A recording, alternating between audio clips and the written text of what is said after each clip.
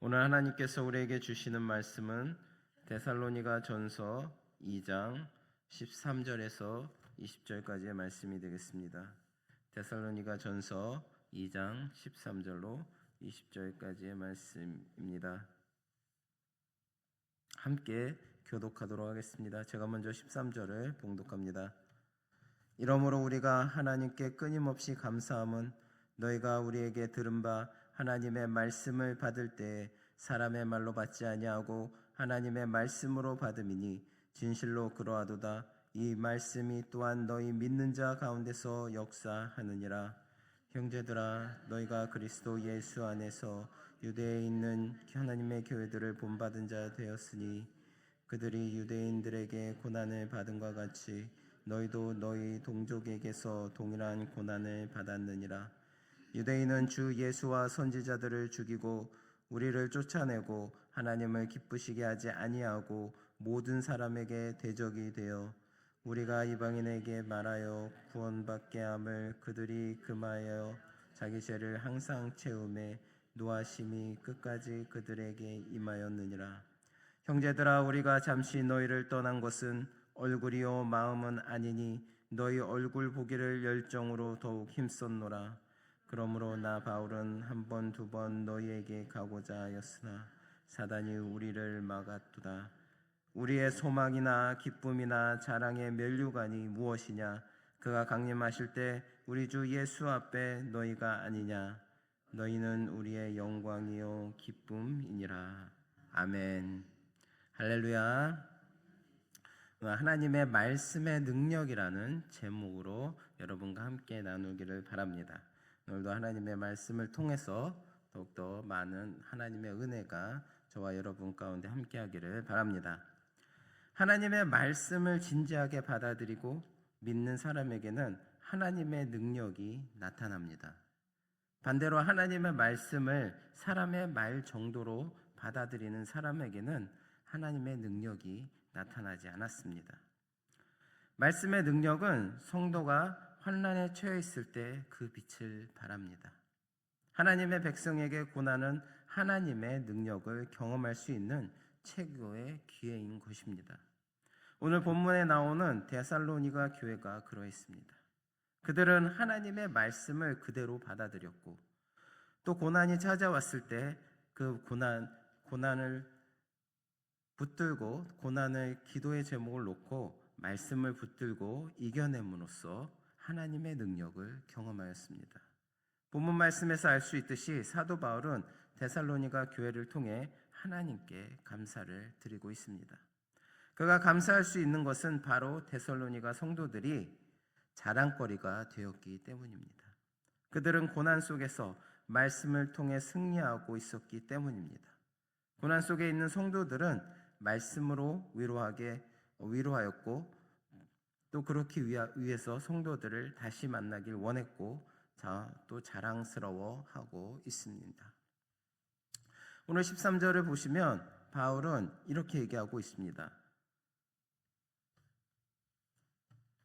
이 말씀이 또한 너희 믿는 자 속에 역사하느니라 라고 말씀하고 있습니다. 사울은 복음을 받는 데살로니가 교인들이 보여준 반응을 하나님께 감사드림으로 그들을 다시 칭찬하고 있습니다. 그는 자신이 갑자기 어쩔 수 없이 데살로니가를 떠나야 했던 것을 생각하며 데살로니가 교인들이 혹시 약한 모습으로 허둥대고 있는 것은 아닐까 하고 염려하고 있었습니다.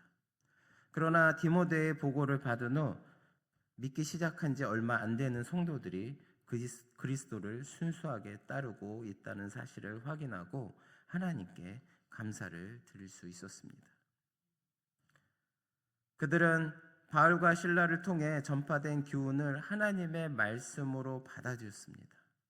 말씀이 당신의 삶을 변화시키는 것처럼 그들의 변화된 삶이 그 사실을 증명해 주고 있었습니다. 하나님의 능력은 그분의 말씀에 대한 신뢰를 통해 나타나는 것입니다.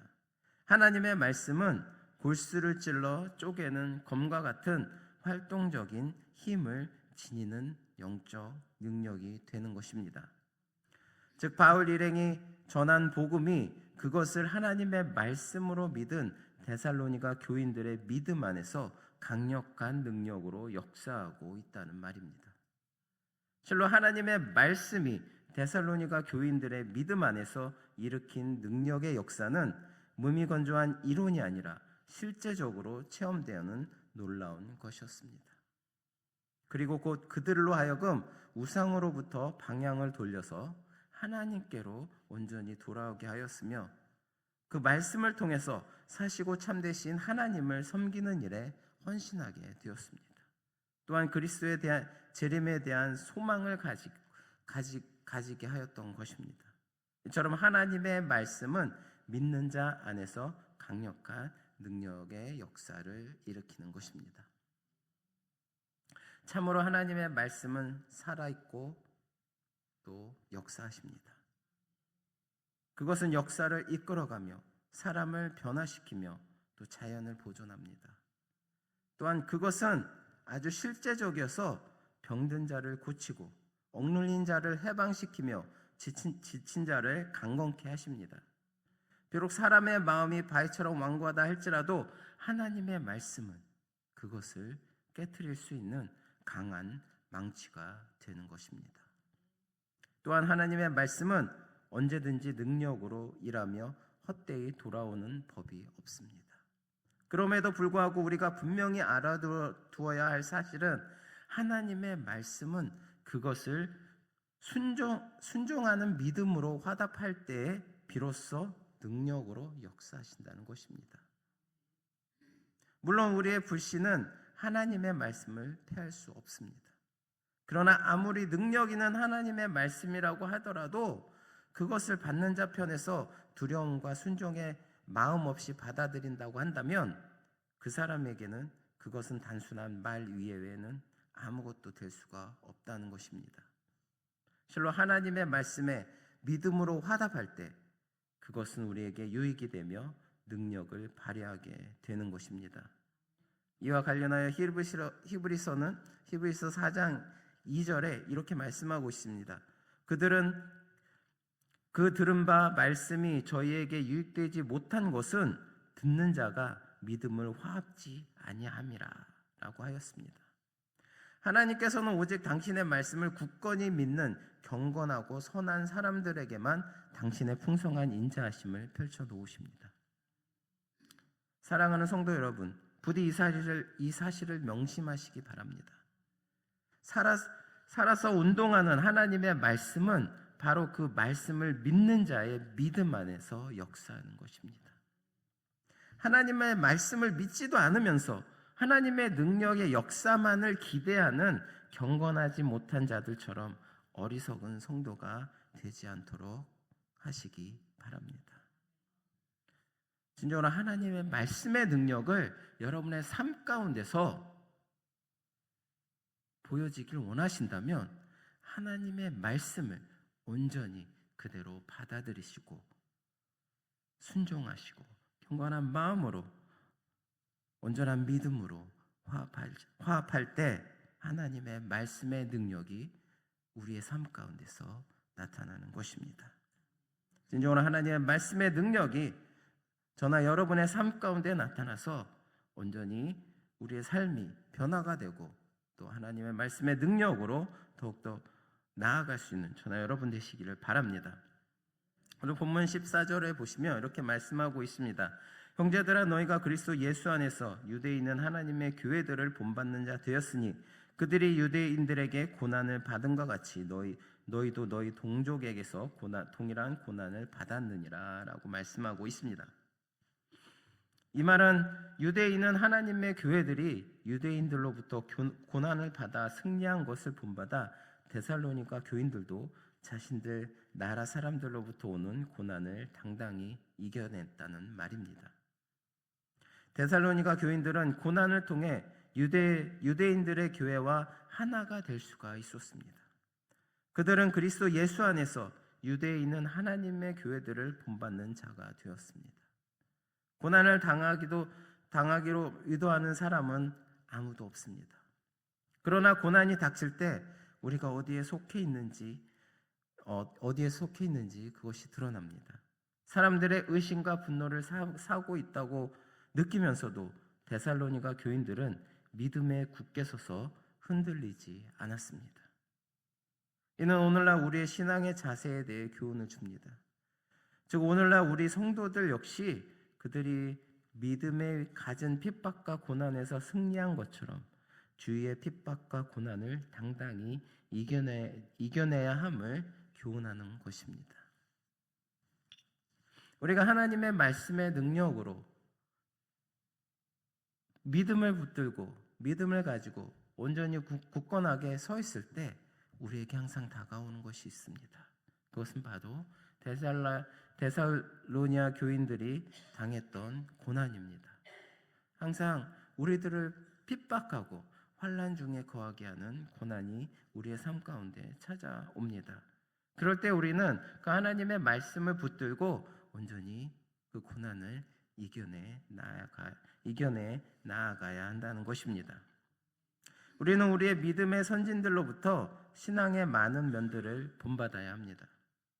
가령 복음을 향한 열정이라든가 순수한 마음 혹은 이웃을 향한 헌신과 같은 것들을 본받아야 합니다. 그러나 그에 못지않게 우리는 그들이 복음을 위해 당당히 고난을 받고 승리한 사실 역시 결코 그냥 흘려버려서는 안 되는 것입니다. 그들은 바른 복음 신앙을 소화하기 위해서 옥에 갇히거나 불에 던지움을 당하였습니다. 혹은 복음을 전파하다가 온몸이 상하거나 또 목숨을 잃는 경우도 있었습니다. 실로 참기 힘들고 괴로운 고난은 그리스도를 믿는 믿음에 늘 뒤따라 다니는 부산물과도 같습니다. 바울은 디모데후서 3장 12절에 이렇게 말씀하고 있습니다. 무릇 그리스도 예수 안에서 경건하게 살고자 하는 자는 핍박을 받으리라 라고 말씀하고 있습니다. 바로 우리 믿음의 선진들은 이러한 당연한 고난을 더욱 당연한 것으로 받아들여 승리하였던 것입니다. 그들은 고난을 회피할 양으로 적당히 타협하지 않았습니다. 세상으로부터 오는 갖은 핍박과 고통 속에서도 그리스도의 영광의 광채를 바라보며 당연히 이겨내었던 것입니다. 우리 믿음의 선진들은 고난당하는 것이 곧 그리스도의 고난에 동참하는 것이라는 사실을 알았습니다. 즉 그들은 주께서 우리를 위해 고난당하신 것처럼 주를 믿고 따르는 자 역시 주님의 고난에 동참하기를 주님께서 원한다는 사실을 알았던 것입니다. 이러한 신앙의 면모를 우리는 본받아야 합니다. 그들이 믿음으로 담대하게 고난을 받고 이겨낸 것처럼 오늘날 우리 역시 기쁨으로 고난을 이겨내 나아가야 하는 것입니다. 그리할 때 우리에게는 찬란한 영광이 기다리고 있을 것입니다. 로마서 5장 17절에 보면 자녀이면 또한 후사 곧 하나님의 후사요 그리스도와 함께 후사니 우리가 그와 함께 영광을 받기 위하여 고난도 함께 받아야 될 것이니라 라고 말씀하고 있습니다. 주님과 함께 영광을 받기 위해서 함께도 받아야 될 게 있다고 말씀하셨습니다. 주님과 함께 영광을 받기 위해서 고난도 함께 받아야 한다고 로마서 5장 17절에 우리에게 말씀해 주고 있는 것입니다. 그렇습니다. 우리는 그리스도와 함께 영광을 받기 위해 그의 고난에 동참해야 한다는 것입니다. 진정 우리가 그리스도가 당한 고난에 동참하지 않는다면 결코 그리스도의 영광은 우리에게 나타나지 않을 것입니다. 그러므로 사랑하는 성도 여러분, 주님의 고난에 동참하시기 바랍니다. 우리의 믿음의 선진들은 기꺼이 그분의 고난에 동참하였습니다. 그들이 당한 고난이 아니었다면 오늘날 우리가 이렇게 편안하게 주님을 믿을 수 있었겠습니까? 그들의 고난이 아니었다면 우리가 이렇게 안전하게 복음을 전파할 수 있었겠습니까? 부디 영광의 그날을 소망하며 믿음의 선진들을 본받아서 여러분의 삶 가운데 오는 고난을 기쁨으로 기꺼이 이겨내시기를 바랍니다.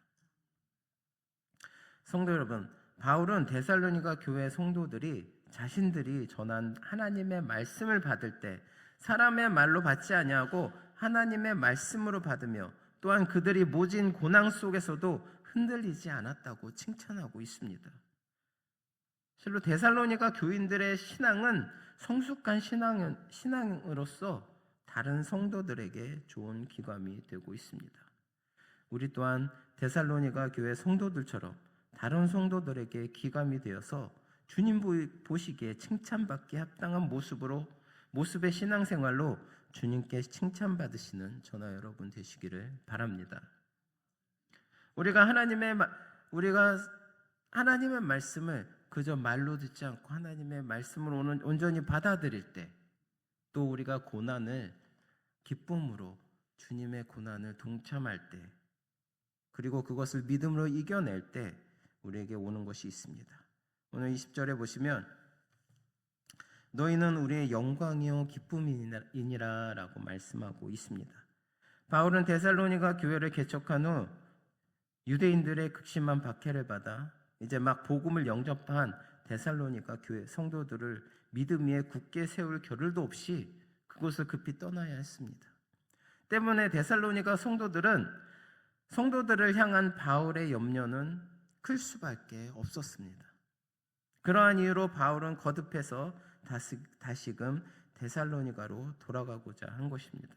그러나 바울은 사단으로 묘사된 데살로니가의 대적들로 인해서 데살로니가를 방문할 수가 없었습니다.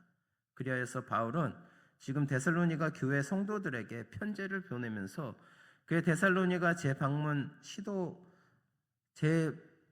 하기를 원했지만 사단의 방해로 인해서 방문하지 못하는 안타까움을 또 나타내 보이면서 또 자신의 그러한 열정과 애정을 데살로니가 성도들이 알아서 더욱 믿음 위에 견고히 서줄 것을 암묵적으로 당부하고 있는 것입니다. 사도 바울은 자신의 복음에 열매된 데살로니가 교인들을 향해서 너희는 우리의 영광이요 기쁨이라 라고 오늘 본문 말씀 20절에 그렇게 말씀하고 있습니다. 너무 확신 있게 말씀하고 있습니다.